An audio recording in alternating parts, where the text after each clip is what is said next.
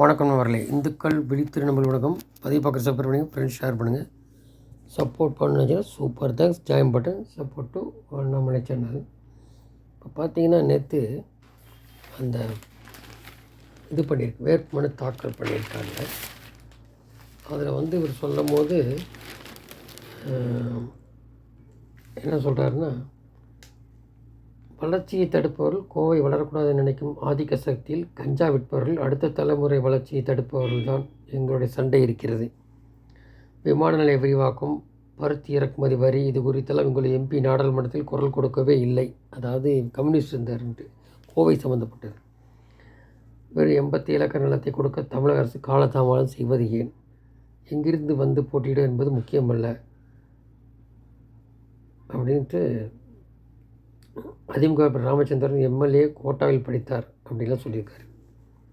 கோவை குண்டுவெடிப்பு சம்பவத்தில் முஸ்லீம் சகோதரர்களுக்கு பலியாகியுள்ளனர். தீவிரவாதிகளுக்கு மதம் கிடையாது. அடிப்படைவாதிகள், பிற்போக்குவாதிகள் கோவையின் வளர்ச்சியை தடுக்க நினைப்பவர்கள். ஸோ இப்போ கூடி 2022 ஆச்சு. திமுக வந்தாலே அது ஆகும். அப்போது சோனமுலை நல்லாறு அப்படின்ற திட்டத்துக்கு 10,000 கோடி தேவை. இந்த கோரிக்கையில் மத்திய அரசு மூலிமா அந்த ரெப்ரசன்டேட்டிவ் இருந்தால் தான் பண்ண முடியும். வலியுறுத்துவோன்றாங்க அதிமுக வந்தால். இவங்க 50 வருஷமாக இப்போ திமுக என்ன பண்ண போகிறாங்க? அடுத்து மோடி தான் வருவார்னு தெரியும். டைரெக்டாக ஹாட்லைனில் பேசி பண்ணுறதுனால தான், இல்லை வேறு யாராவது பண்ணுறதுனால தான் சுத்தபூர்வமாக செய்கிறதுக்கு. அதே நதிநீர் இணைப்பு நார்த்துலேருந்து வடக்கேறது இங்கே கொண்டு வர முடியும். மற்ற இடத்துல தண்ணி கொடுக்க மாட்டாங்க. அதுக்கு 2.5 லட்சம் கோடி செலவாகும். இதெல்லாம் அடுத்த கட்டத்தில் பண்ண போகிறார் மோடி வந்தால்.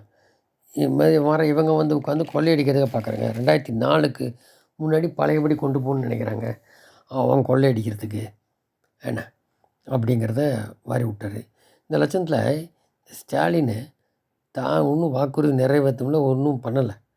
சும்மா சீட்டை தேய்ச்சிட்டு இப்படி போயிட்டுருக்கவங்க இப்போ மோடி கேரண்டி வாரண்டி இல்லை அது இது அப்படின்ட்டு அரசியல் சொல்கிறது தான். மழை வந்தப்போ ஓடி போயிட்டா அப்படி என்ன 1000 ஒழுக்கமாக கொடுக்க வக்கு இல்லை. ஒரு நிர்வாகத்திறனே இல்லை. அவ்வளோதான் மொத்தத்தில் திமுகக்கு.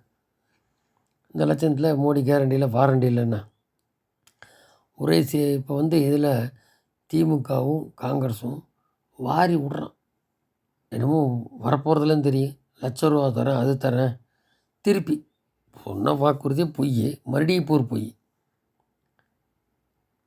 நேற்றே அண்ணாமலை சொல்லிட்டார், இந்த ஜெயிக்கிறதுக்கு மக்களுக்காக தான் செய்யணும்.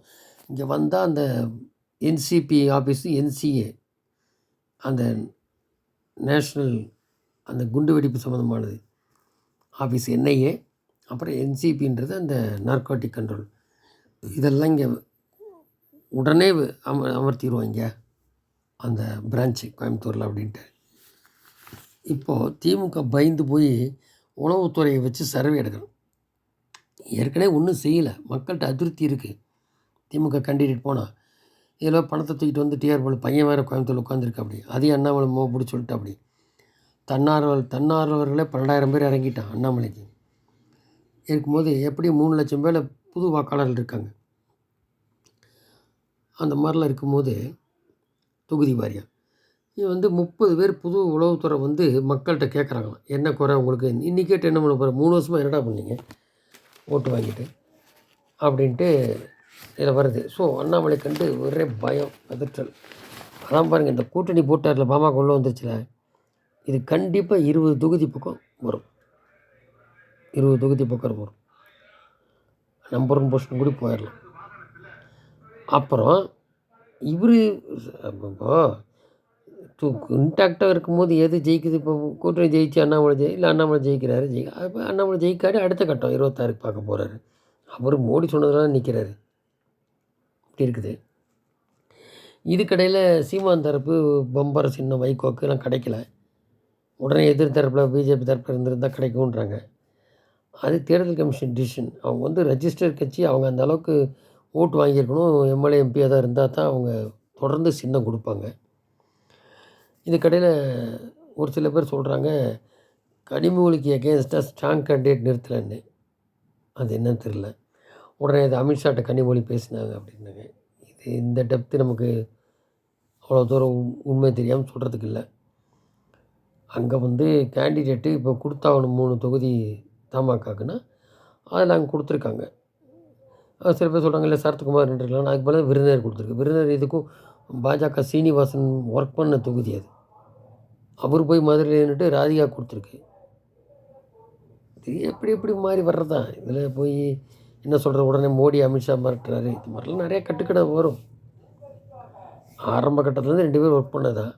ஒரு ஊழல் பேர் வழி கட்சிக்காக அமித்ஷா ஒர்க் பண்ணுறாருன்னா, ஆனால் அடிக்கடி போய் கனிமொழி அமித்ஷா பேசுகிறதுக்கு உண்மை டீட்டெயில்ஸ்லாம் எடுத்து சொல்லலாம். குடும்ப நலன், கட்சி நலன்லாம். அதுக்கும் தேர்தல் நிற்கிறதுக்கு என்ன சம்மந்தம்ன்றது தெரியல. இல்லை அவங்க வேறு ஏதாவது ஒரு காரணத்துக்காக நாளைக்கு இவர் காணாமல் போயிடும் திமுகன்ற. ஏன்னா கெஜ்ரிவாலை சாராயத்தை பிடிச்சிருக்கா, மித்து கடத்தின சும்மா விடுவானுங்களா? சும்மா விடுவாங்களா? அப்போது எலெக்ஷனுக்கு அப்புறம் இந்த கட்சி காணாமல் போனால் அதுக்கு ஒரு பகட கிரிப்புக்கு கனிமொழி மாதிரி ஆள் தேவையா? பிடிஆர் மாதிரி. இது இப்போது வரநாளில் தான் தெரிய வரும். வரக்கூடிய நாள்களில் தான் தெரிய வரும். அதனால் அந்த ஊழல் குடும்பத்தை அறவே ஒழிச்சே தீருவார். அது உறுதி. ஸோ அண்ணாமலையால் மிரளும் திராவிடங்கள் என்ன, அவர் நேர்மையை எதிர்கொண்டு ஒருத்தர் ரூபா கூட தராமல் இருக்கும், மற்றவங்களும் தராதபடிக்கு தேர்தல் கமிஷனும் வாட்ச் பண்ணுறாங்க, இவங்களும் ஆள் போட்டு பார்ப்பாங்க. ஏன்னா இது வந்து ஜென்ரல் எலெக்ஷனில் அவ்வளோ தூரம் வர முடியாது. ஏற்கனவே எல்லாரையும் அரெஸ்ட் பண்ணியாச்சு. ஜெகத் ரட்சகன் கூட அந்த பணம் வச்சுருக்கவங்களாம் அங்கே பிளாக் பண்ணியாச்சு. அரசுன்றதை பிளாக் பண்ணியாச்சு பண முதலைகளை. ஸோ இது வந்து எவ்வளோ தூரம் இதில் பயன்பெறும் எப்படிங்கிறது 26, 24, 26, 2 காலத்துக்கும் தான் பண்ணுறாரு. அது பயங்கர ஸ்ட்ராட்டஜி பண்ணுறாரு. ஏன்னா ஐபிஎஸ்சி ஒரு பக்கம் மேனேஜ்மெண்ட் ஸ்டடி, அதெல்லாம் மேலே அவங்களுடைய அந்த வீகம் எல்லாம் சேர்ந்து கை கொடுக்குது. பத்தாவது பாத யாத்திரை வேறு போய் முடிச்சிருக்காரு. மக்களோட நேரடி கனெக்டு, இதெல்லாம் தேர்தல் ரிஃப்ளெக்ட் ஆகும். ஸோ 60 வருஷம் 70 வருஷம் அந்த திராவிட ஒன்றுத்துக்கு உதவா கரைகள் ஒழிஞ்சாதான் உங்களுக்கு விடிவு வரும். இவங்க சொல்கிற விடிவெல்லாம் இவனுங்களுக்கு தான், மக்களுக்கு இல்லை. பார்ப்போம். நன்றி.